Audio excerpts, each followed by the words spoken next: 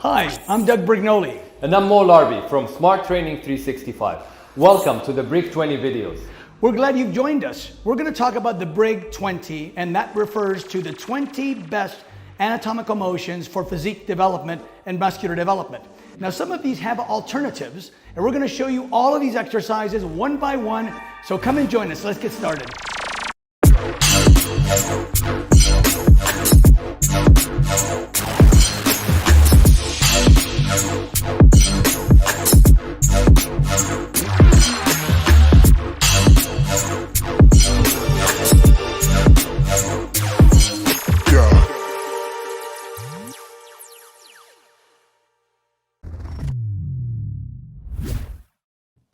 Your genetics will determine the shape of your biceps. No matter what exercises you do, it's set in stone. Exercise number 5, it's called dumbbell curl, stretch curl. This is you sit on an inclined bench like this. Okay. This way, your arms are behind you. Right. Okay, you let it drop, so straight to get a better stretch for the biceps. Okay.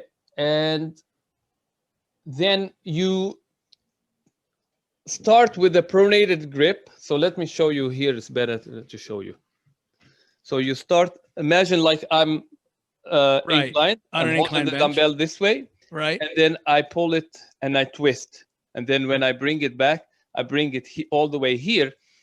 While I'm in this position, it's better to flex the triceps, because that will give a relaxation synapse to the biceps, which will give it more stretch, and it allows a better growth when you start the concentric movement, and then back to the starting position. So it's good to flex the triceps. Before I answer that question, let me just say that as consumers, all of you out there need to be aware of the fact that there's a lot of people out there creating situations like this that are designed to make you believe that there are secret exercises, that they're, unique little twists and unique little angles that'll give you an advantage. And thank goodness that you have them to listen to, because otherwise you would be just, doing things, the caveman way, right? So that is pretense, right? So let me dissect this exercise, and then I'll reiterate what I just said, and you'll understand how ridiculous these ideas in general are. So as I said earlier, the bicep originates on the shoulder joint, on the clavicle, actually, clavicle and the scapula. So because they cross the shoulder joint, it crosses two joints. So the more back your elbow is, the more that the bicep elongates, right? So if you lie on an incline bench and your palms are facing up and you let your arms go back like this, you will feel more bicep stretch. You'll also feel front deltoid stretch, by the way. You will feel more. Now, before I get into the turning the palm the other way and flexing the tricep and all that, let's just examine that, right? You've got your arms back, your palms are facing forward, and you're feeling a bicep stretch, okay? Good or bad? At the end of the day, it turns into good or bad. Yes, you feel more bicep stretch, but more bicep stretch does not necessarily cause more muscle growth, period, right? The idea that an exercise like this is going to cause more long head tricep stretch and therefore more triceps growth is wrong. There's no such thing as a correlation between the amount of muscle stretch and the amount of muscle growth. In fact, what we see is that excessive stretch weakens the muscle, right? The strongest part of the range of motion occurs somewhere between 1/4 and 1/3 of its contracted position, right? So the 100% stretch, while it's loaded, just creates weakness, right? So, and risk. So getting extra stretch is not a great idea, right? This has to be said. I mean, there are people who will tell you that if you don't do this and this and this, you're depriving. That is false. You can leave off the first 10% of almost any range of motion. 10%. I'm not saying the first half or the first 30%. You can leave off the first 10% of the range of motion, the fully elongated, fully stretched position, and you will get all the benefit that that muscle is capable of getting, right? Assuming you do the rest of the range of motion. But turning the palm the other way now disengages the bicep, right? Because that stretch I was talking about would only happen if the palm was facing forward. Try it yourself. You'll notice as soon as you turn your hand the other way around, that stretch disappears, right? So make up your mind. Is your argument your biceps going to grow more because it stretches more? If so, then don't turn your hand around. But no, even with your hand facing forward, you're not going to get more growth. You're certainly not going to change the shape of the bicep. Contracting the tricep does relax the bicep. That is of no benefit to the bicep. So this is an example of someone taking a scientific fact, which is that if you contract one muscle, the opposing muscle relaxes, and then spinning it into some falsehood that because you've done that, now your bicep will somehow stretch and gain more benefit. It's absolutely ludicrous. It's ridiculous. It's false.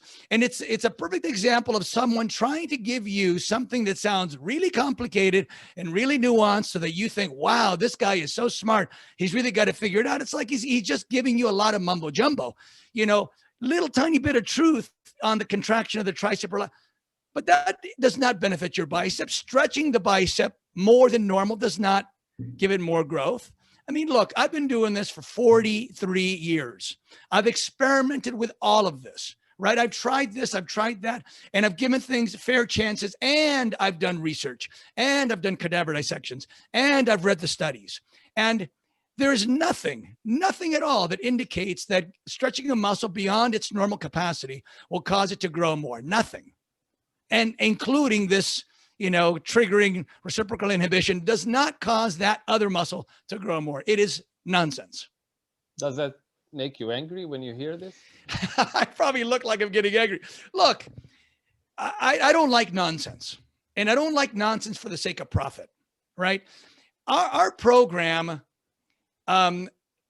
yes, we're receiving money when we sell a book. We're receiving money when we receive a course. We're putting food on the table. We're paying our bills, but we're not deceiving in the process, right? We're not misleading in the process. And we'll go so far as to say that our information is limited, right? In other words, once you know this stuff, you're done. You know it, assuming you remember it, right? Assuming you absorb it, right? But this is the reason why I've had people say to me, why don't you start your own magazine where you will deliver your information by way of magazine? And I say, for the same reason that magazines that already exist don't want to carry our information, is because you could literally put all the information that we teach in maybe 30 issues of a magazine and you'd be done, right? Magazines survive on continued readership. Right? They don't want to sell only 30 issues. They want to sell 1,300 issues, 13,000 issues, 13 million issues. That's what they want to sell. And the only way they're going to do that is by creating new stories, new exercises, new reasons for you to think that it's justifiable for you to continue subscribing to this magazine. What they don't say to you is this exercise that we're teaching you today is less productive than the one we taught you 6 issues ago or 2 issues ago. They don't say that. They let you believe wrongly that this is just one more exercise to add to your repertoire, and it's either equally good or it's better for some things. False. It is false. This is the problem with commercializing the fitness industry as it's been commercialized, is that it creates people spinning stories to get you to believe there's value when, in fact, the true answer is much simpler than that. Marketers are constantly bombarding consumers with ideas that they need this and they need that, and if they don't have this, then they get. That's false, and that's the problem. Is what I'm teaching is pretty anti-commercial. What I'm teaching actually narrows it down to the simplest 20 movements, and marketers dislike that. Equipment companies won't like that, right? They want to create infinite, options, and the fact is the body doesn't need infinite options. It needs certain 20 perfectly precise movements to get the best results. And unfortunately, that's not what the marketers want to see.